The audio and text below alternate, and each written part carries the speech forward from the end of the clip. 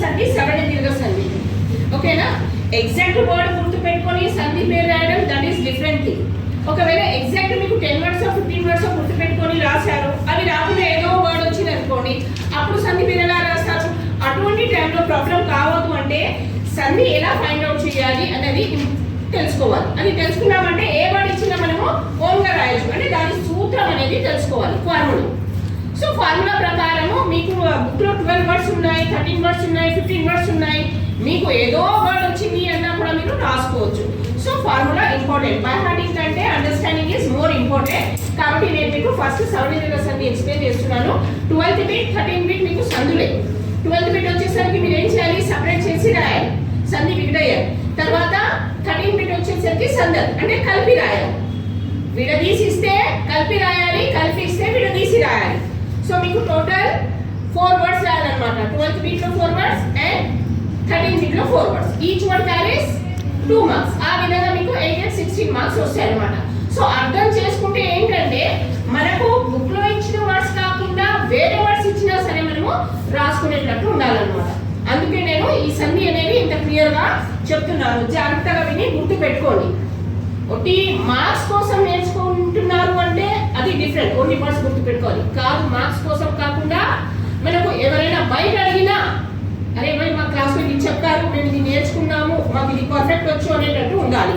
So గుర్తు పెట్టుకొని సవర్ణ దీర్ఘ సంధి. ఓకే, సూత్రార్థః అతః సర్వే అజి పరే దీర్ఘః ఏకాదేశః స్యాత్. అంటే అచ్చునకు అచ్చు పరమైతే అది దీర్ఘం ఏకాదేశం అవుతుంది. అచ్చుకి అచ్చు రావడం అంటే ఏంటి? అచ్చులు హల్లులు అంటే ఆటు బండిల వరకు అన్నమాట. సరేనా? అచ్చుకి అచ్చు అంటే ఏమొస్తుంది అక్కడ మనకు? ఆటు అమహ అంటే ఆకి ఆ రావాలి, ఈకి ఈ, ఉకు ఊ, రుకి రు రావాలి. ఈ విధంగా అచ్చుకి అచ్చు ఎప్పుడైతే వర్డ్ ని మనము సెపరేట్ చేస్తున్నామో, ఈ విధంగా సెపరేట్ చేస్తున్నామో ఫస్ట్ వర్డ్ యొక్క లాస్ట్ లెటర్ అంటే పలికేటప్పుడు అట్ ద ఎండ్ ఏ సౌండ్ వస్తుందో అది చూడాలి. తర్వాత సెకండ్ వర్డ్ యొక్క ఫస్ట్ లెటర్ అవి సేమ్ ఉన్నాయి అనుకోండి, అది సవర్ణం అవుతుంది.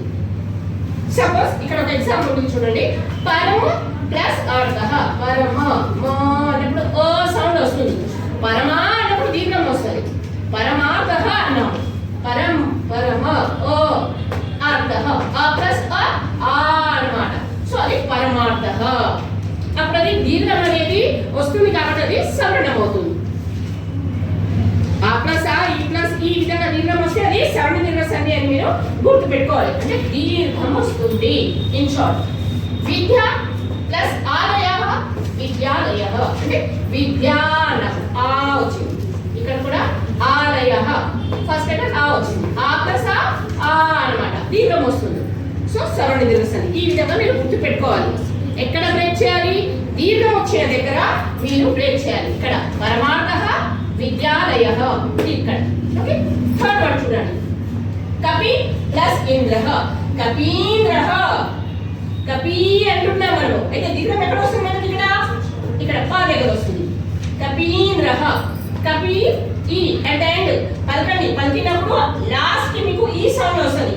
కపి ఈ ప్లస్ ఈ అన్నమాట కపీంద్రః. అదే విధంగా కవీశ్వరః కవి ప్లస్ ఈశ్వరః కవీశ్వరః. ఈ ప్లస్ ఈ ఇవి రెండు ఆ ప్లస్ ఆ ఈ ప్లస్ ఈ ప్లస్ ఈ. తర్వాత ఇక్కడ చూడండి ఉ సు ప్లస్ ఉక్తిః సూక్తిః అంటే ఇక్కడ సు అని వస్తుంది దీర్ఘం. సూక్తిః సు ప్లస్ ఉక్తిః ఉ ప్లస్ ఉ అన్నమాట. వధూహః వధు ప్లస్ ఊహః అంటే వధూహః ఉ ప్లస్ ఉ. తర్వాత చూడండి పితృణం పితృ ప్లస్ రుణం పితృణం అంటే ఇక్కడ రు వచ్చిన చోట మీకు దీర్ఘం వస్తుంది కాబట్టి రు ప్లస్ రు అవుతుంది. ఈ వర్డ్స్ ఈ విధంగా మీరు గుర్తు పెట్టుకుంటే ఈజీగా రాయొచ్చు. దీనికి బై హార్ట్ చేసే అవసరం లేదు. బుక్ లో మీకు 10 15 20 వర్డ్స్ ఇచ్చారు. ఆ వర్డ్స్ కొంతమంది ఏం చేస్తారు? ఆ వర్డ్స్ ని 10 సార్లు ప్రాక్టీస్ చేసి గుర్తు పెట్టుకుంటారు. మీకు అర్థం కాకపోతే అలా చేస్తే దట్ ఈస్ ఓకే. కానీ ఆ వర్డ్స్ కాకుండా అదర్ వర్డ్స్ వచ్చాయనుకోండి, ఆ టైంలో మీరు ఎలా రాస్తారు? మీకు బుక్ లో ఇచ్చిన వర్డ్ కాకుండా బై మిస్టేక్ ఏదో వర్డ్ ఇచ్చారు, అప్పుడు ఏం చేస్తారు? Maximum students out of syllabus ఎందుకు అవుతుంది? మీకు సవర్ణ దీర్ఘ సంధి అన్నప్పుడు దాని ప్యాటర్న్ తెలిస్తే ఏమైనా రాయొచ్చు, దానికి అవుట్ ఆఫ్ సిలబస్ అనరు. మీకు సంధి గురించి ఎక్స్ప్లెయిన్ చేశారు డీటెయిల్ గా, మీకు అర్థమైంది అంటే బుక్ లో ఉన్నా లేకపోయినా వర్డ్స్ వస్తే మీరు రాయాలి. ఒట్టి మీరు లిమిటెడ్ వర్డ్సే గుర్తు పెట్టుకుంటాము అంటే అది మీ ఇష్టం, that is your choice. But సంధి అన్నప్పుడు దాని ఫార్ములా ప్రకారం మీరు గుర్తు పెట్టుకుంటే ఏ వర్డ్ ఇచ్చినా, ఒక 100 వర్డ్స్ ఇచ్చినా మీరు రాసేటట్టు ఉండాలి. అప్పుడే మీరు మార్క్స్ అనేవి ఈజీగా స్కోర్ చేస్తారు. మళ్ళీ చెప్తున్నాను, బై హార్టింగ్ కంటే అండర్స్టాండింగ్ చాలా important. So read the questions carefully and try to understand how to right. తర్వాత మీరు రాయండి. So that definitely you will get full 99 marks children. Next వీడియోలో నేను మీకు గుణసంధి అనేది ఎక్స్ప్లెయిన్ చేసి సెండ్ చేస్తాను. ఒకవేళ మీకు సంబంధించిన సంధి అర్థమయ్యి ఉంటే, మీకు ఈ వీడియో నచ్చినట్టయితే దీన్ని మీరు లైక్ చేయండి, షేర్ చేయండి, సబ్స్క్రైబ్ చేయని వాళ్ళు సబ్స్క్రైబ్ చేయండి. ఏదైనా డౌట్ ఉంటే కమెంట్ బాక్స్లో కమెంట్ చేయండి. అకార్డింగ్ టు యువర్ కమెంట్ నేను నెక్స్ట్ వీడియో సెండ్ చేస్తాను. Thank you for watching.